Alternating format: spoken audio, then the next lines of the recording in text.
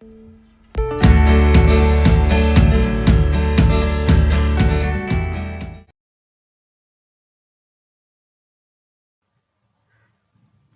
Back to Shahin's kitchen. വളരെ easy ആയിട്ട് ചെയ്യാൻ പറ്റിയ മലബാർ സ്റ്റൈലിൽ ചിക്കൻ സ്റ്റൂ ആണ് നമ്മൾ ചെയ്യുന്നത്. ഇത് പുട്ട്, പത്തിരി, നെയ്ച്ചോറ് എല്ലാത്തിൻ്റെയും കൂടെ നല്ല കോമ്പിനേഷനാണ്. അപ്പോൾ ഇതിന് വേണ്ടത് 1 കിലോ ചിക്കനാണ്. 1 കിലോ ചിക്കൻ നന്നായിട്ട് ക്ലീൻ ചെയ്ത് നമ്മൾ നല്ല ചൂട് കട്ടിയുള്ളൊരു പാത്രത്തിലേക്ക് ചേർത്ത് കൊടുക്കാം. ഇനി ഇതിലേക്ക് 2 ഗ്രാമ്പൂ, 2 ഏലക്ക, ഒരു വലിയ കഷ്ണം കറുവപ്പട്ട, 2 ബേ ലീഫ്, പിന്നെ 2 സവാള സ്ലൈസ് ചെയ്തത്, ഒരു വലിയ കഷ്ണം ഇഞ്ചി ചതച്ചത്, ഒരു ഫുൾ വെളുത്തുള്ളി ചതച്ചത്, ഇത്രയും ചേർക്കാം. പിന്നെ ഇതിലേക്ക് 10 പച്ചമുളക് കീറിയിട്ട് ചേർത്ത് കൊടുക്കണം. പച്ചമുളകിൻ്റെയും അതുപോലെ ബ്ലാക്ക് പെപ്പറിൻ്റെയും ടേസ്റ്റാണ് ഇതിൽ മുന്നിൽ വരേണ്ടത്. പിന്നെ ഒരുപാട് കറി ലീവ്സ് ചേർത്ത് കൊടുക്കുക. കുറച്ച് ഉപ്പ്, ഒരു ഉരുളക്കിഴങ്ങ് കഷ്ണങ്ങളായിട്ട് മുറിച്ചത്, ഇത്രയും ചേർത്തിട്ട് കുറച്ച് വെളിച്ചെണ്ണയും ചേർത്ത് നന്നായിട്ട് കുഴച്ച് കൊടുക്കുക. എന്നിട്ട് അതിലേക്കൊരു വളരെ ചെറിയ കഷ്ണം തക്കാളി അരിഞ്ഞതും കൂടി ചേർക്കുക.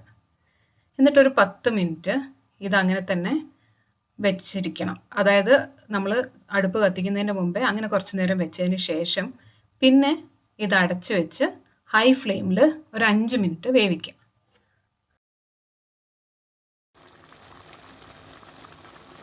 ഒരു 5 മിനിറ്റ് ഹൈ ഫ്ലെയിമിൽ വെച്ച് നമ്മൾ തുറന്ന് നോക്കുമ്പോൾ തന്നെ ചിക്കനിൽ നിന്ന് ഇങ്ങനെ വെള്ളം ഊറി വരുന്നതായിട്ട് നമുക്ക് കാണാൻ പറ്റും. ആ സമയത്ത് നമ്മളിതിലേക്ക് 1 കപ്പ് ചൂടുവെള്ളം ചേർത്ത് കൊടുക്കുക. ഒരു 3/4 കപ്പ് മുതൽ 1 കപ്പ് വരെ ചേർക്കാം. പിന്നെ അതിലേക്ക് 1.5 ടേബിൾ സ്പൂൺ കുരുമുളക് പൊടിച്ചതും 1.5 ടേബിൾ സ്പൂൺ പെരിഞ്ജീരകം പൊടിച്ചതും ചേർക്കുക. എന്നിട്ട് പിന്നെയും ഇത് അടച്ചു വെച്ച് വേവിക്കുക.